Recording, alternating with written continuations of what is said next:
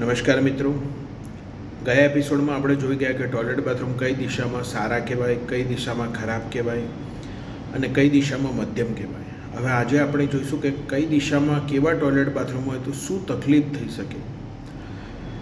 સૌથી ખરાબમાં ખરાબ toilet bathroom કહેવાય છે ઈશાન ખૂણાના. ઈશાન ખૂણામાં જ્યારે પણ ટોયલેટ બાથરૂમ આવે છે ત્યારે એ ઘરમાં હેલ્થને લગતી ઘણી તકલીફો આવે છે.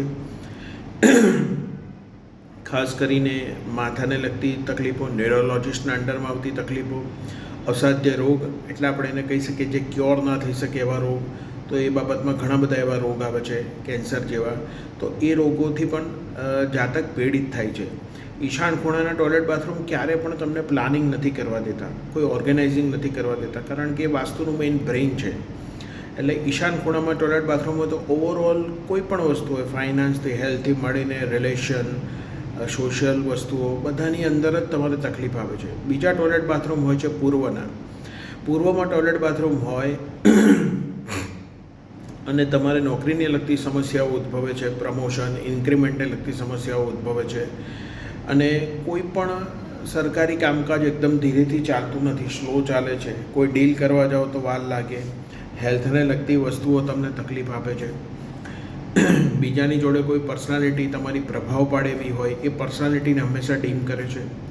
એના પછી બીજા ટોયલેટ બાથરૂમ હોય અગ્નિના. અગ્નિના ટોયલેટ બાથરૂમ હોવા એટલે કે ફાઇનાન્સને લગતી વસ્તુઓની તકલીફ, સરપ્લસ ન હોવું, કોઈ પણ જગ્યાએ ઇન્વેસ્ટમેન્ટ કરી હોય તો ઇન્વેસ્ટમેન્ટનું બહુ જલ્દી રિટર્ન નથી આવતું, એફડી જેવી વસ્તુઓ વારંવાર વિના કારણે તૂટે, કોઈ પણ ફાઇનાન્સને લગતી વસ્તુઓ અને લેડીઝને હેલ્થની લગતી વસ્તુઓ પણ એ અગ્નિખૂણામાં ટોયલેટ બાથરૂમ હોવાથી બગડે છે. પછી કોઈ પણ પ્રકારની હેલ્થની તકલીફ હોય લેડીઝની તો એ પણ બહુ તકલીફ આપે છે. બીજું કે દક્ષિણની અંદર ટોયલેટ બાથરૂમ હોય તો તમારે કોઈ પણ પ્રકારના કમ્ફર્ટ ઝોન એટલે કે જે વસ્તુ આપણને આરામ આપતી હોય, નિશ્ચિંત બનાવતી હોય તો એ વસ્તુઓને ડેમેજ કરે છે. હવે આપણે વિચારીશું કે દક્ષિણમાં તો સારા કહેવાય છે ને. હા, દક્ષિણમાં સારા કહેવાય છે, પણ એ ટોયલેટ બાથરૂમ પણ બિંદુ પ્રમાણે એક મૂકવાનું સ્થાન છે, એનું એક માપ છે. કારણ કે એ વસ્તુઓ કેવી છે કે જનરલી આવું થઈ ગયું છે કે ભાઈ દક્ષિણમાં સારા ટોયલેટ બાથરૂમ, પણ દક્ષિણમાં પણ એના બિંદુઓ છે અને આખા ટોયલેટ બાથરૂમનું બિંદુ કયું હોય છે તો એ ગ્રીડ કાઢવી પડે વાસ્તુની અને એ શીખવું પડે. એ વસ્તુ ફરી કોઈક એપિસોડમાં આપણે જોઈશું. એકલા ટોયલેટ બાથરૂમ ત્યાં હોવા એ વાસ્તુ પ્રમાણે સારા છે, પણ એની જગ્યા હોય છે એક્ઝેક્ટલી.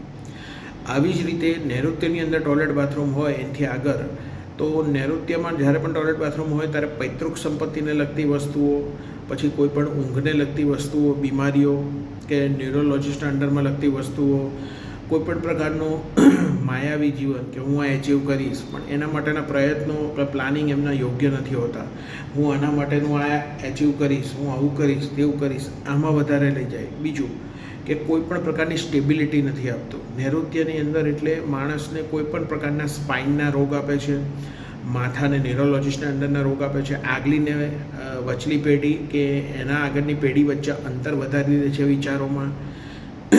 એના પછી આવશે પશ્ચિમના ટોયલેટ બાથરૂમ.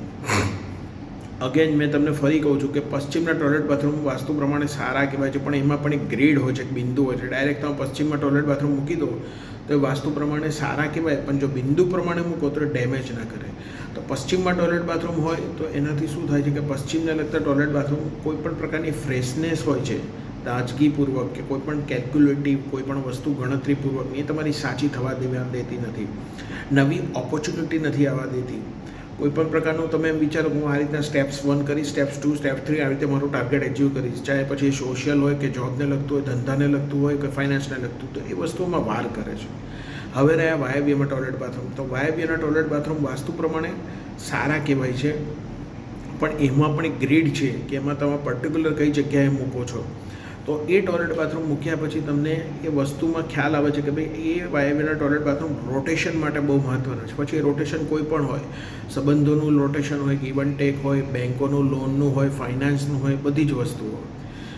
એના પછી આપણે આવ્યા ઉત્તરમાં. તો ઉત્તરના ટોયલેટ બાથરૂમ હંમેશા પૈસા, નવા અવસરો કે કોઈપણ જાતના રિલેશન માટે મહત્ત્વના હોય છે. તો એ વસ્તુઓમાં એ હંમેશા ડેમેજ કરે છે. એમાં ફ્લો આવે છે, જાય છે, કોઈક વાર ડેપ્સ કરાવે છે.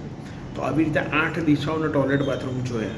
હવે એ પ્રમાણે આપણે હવે આવતા એપિસોડમાં જોઈશું કે આ ટોયલેટ બાથરૂમની અંદર આપણે મેક્સિમમ શું કરી શકીએ, કંઈક રેમેડીઝ તરીકે જે ઇફેક્ટિવ ઉપાયો. આમ તો ઘણા બધા ટોણા ટૂચકા છે વાસ્તુમાં, પણ આપણે એક ઇફેક્ટિવ ઉપાયો જોઈશું.